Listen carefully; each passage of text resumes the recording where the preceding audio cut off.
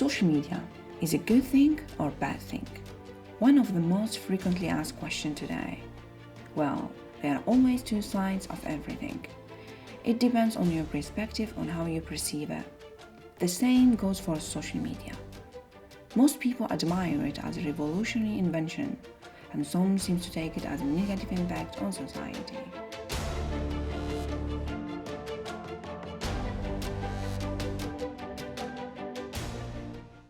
Yeah, I do use social media. I use it a fair bit. I think I'm a bit of a hermit by most people's standards, but I've got a few apps. The best one for me would probably be Instagram. You can see a lot of different things, talk to people. I use Twitter quite a lot because there's lots of information on there. I find it funny and interesting. I use a lot of Instagram, mainly because my friends do, so I can sort of stay in contact with them. But I really prefer Tumblr. I like, I suppose, the anonymity of it. And I like the fact it's much more text-based, much more writing, I suppose, than photography and that. Well, I don't post a lot personally. I feel like it's just up to the person. Like if you want to share things, photos, videos, artwork, it's just up to you. I personally don't post that much on social media.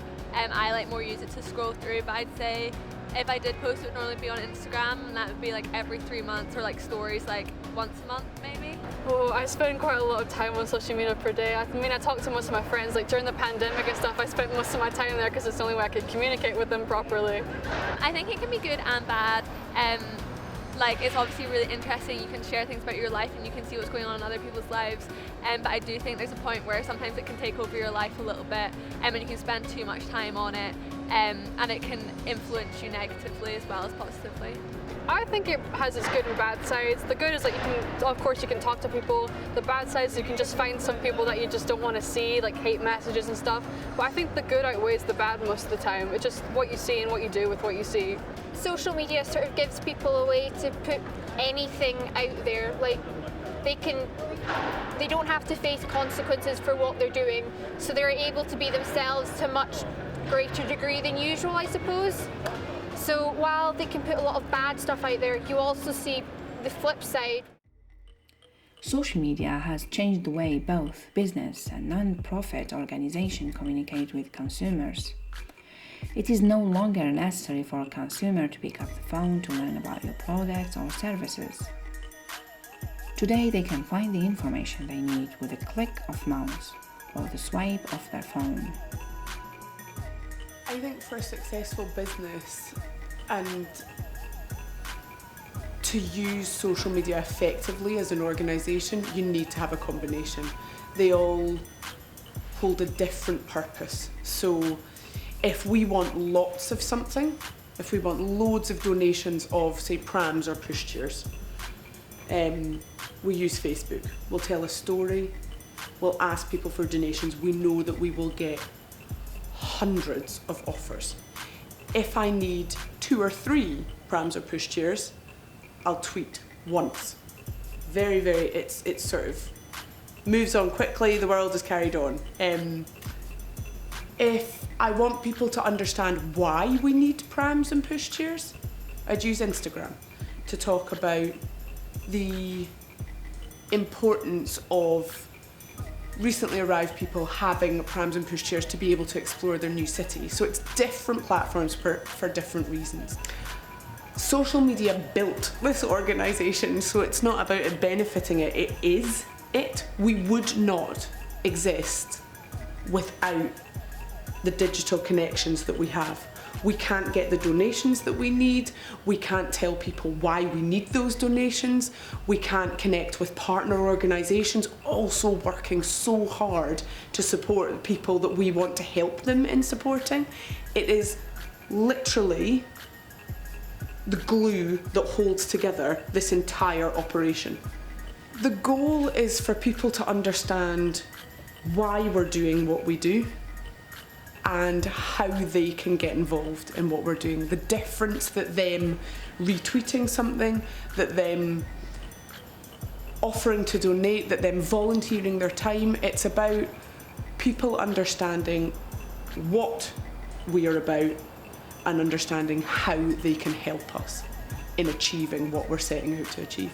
What I like about how we use social media is we're not afraid to look silly. We don't we don't sort of dress up what we're doing, we just are. And I think that's actually a strategy in itself. We're silly and we're daft and we mess up and we're honest.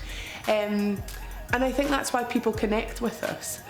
I think a really effective post that we once shared, we'd had an event that had gone horribly, and Hannah and I both just felt awful after it, and were really frustrated and just sad about it. And I sort of battled with it for a wee bit and was like, oh, I don't want to tell anybody that we failed. But then also, how do we learn and how do we grow? And how do we stop ourselves from failing again if I'm not open and honest about it? So we shared a post saying today's event went terribly. It was horrible and people weren't kind to each other and we had to close it down. And the response that we got from that post was phenomenal. So many offers of support, so many people and organisations and volunteers stepped up to make sure that that never happened again. And the end result was that we now have a way better structured and organised events programme that meets demand far better than it ever did before. I think you can live without social media. I just think it makes living somewhat easier for certain people. Like if you would prefer to not go out, it's easier to communicate with people. But we've lived without social media before. I'm sure we could work with it without it again. I think it would be possible, but a lot, like we would really struggle because so many people use it all the time. It's also really useful. So I feel like that it will change how much we use social media. I don't know if it'll be more or less. But I think we would really struggle to live without it now. It would be possible to live without social media. It would be very different from how a lot of my generation at least is used to, but I think it would be possible. Yes, it very much can be, because it's what we like and what we follow very much influences our timelines, especially with, say, cookies, for example, where your view is tailored to what you think already. So for a lot of people, while if you look into it more or you go out of your usual search range, you can find so much stuff. What a lot of people only see is the ads and the posts and whatever else that is directly targeted to them. So it can create a real sort of echo chamber where they're shouting what they think and everyone around them is shouting the same thing back. So it can be ultimately very isolating, and a lot of people can become much more closed off towards other views, and you see that a lot with people becoming very extreme. Like you don't, like not so much centrist, they're either far left or they're far right, there's no in between. But I think there are ultimately ways to get around that if you're willing to take the effort and sort of follow people with different opinions. Yeah, I do think it impacts our lives a lot. Most people I know use social media regularly every day, and it impacts us for the good, as in we can access information easily and we can contact people way more easily, but I also think it impacts us negatively as well, so there's a fine balance. I think it impacts our life a lot because it helps people see messages of like protest, or Black Lives Matter was a big thing on like Twitter and stuff. You get to see all the marches and news images as well. You can see that all on Twitter and Instagram. It just helps with communication of certain issues in world matters. A lot of the things I use social media for, you can do without social media anyways. You know, you can still go out and talk to your friends. You know, you can pick up hobbies.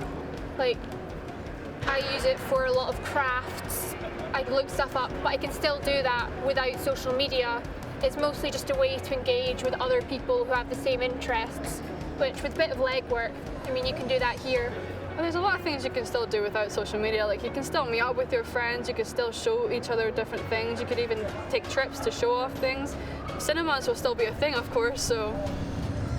There is lots about life to enjoy that isn't social media, like going outdoors, meeting with your friends without using social media, and like doing exercise, doing activities, but I think a lot of people like to document what they do, so sometimes if you like put your phone away and like try and enjoy the quality time you have with your friends, then that can be better for you sometimes. It is free marketing.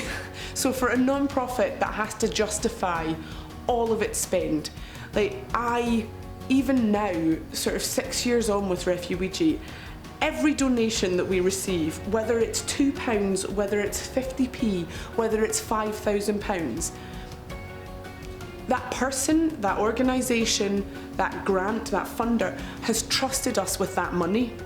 I want to spend that wisely. I don't want to spend it on an ad campaign that costs me thousands and might reach some of the people that need. I can just go on Instagram and share with tons of people what we're up to and build that audience for nothing. Like, if somebody had told me at the beginning of Refugee that we would at this stage sort of have 30,000 followers across platforms and be communicating with that number of people, I'd have laughed at them. I would not have believed that that was possible. For a third sector to be able to skip budgeting for like advertorial and sort of marketing space, that is brilliant, because it means that money that you receive as donations or as grants, that money goes straight to the people that you want it to go to. It goes into your work and makes a difference, not into newspapers or printed bits of paper or it goes into what you set out to do.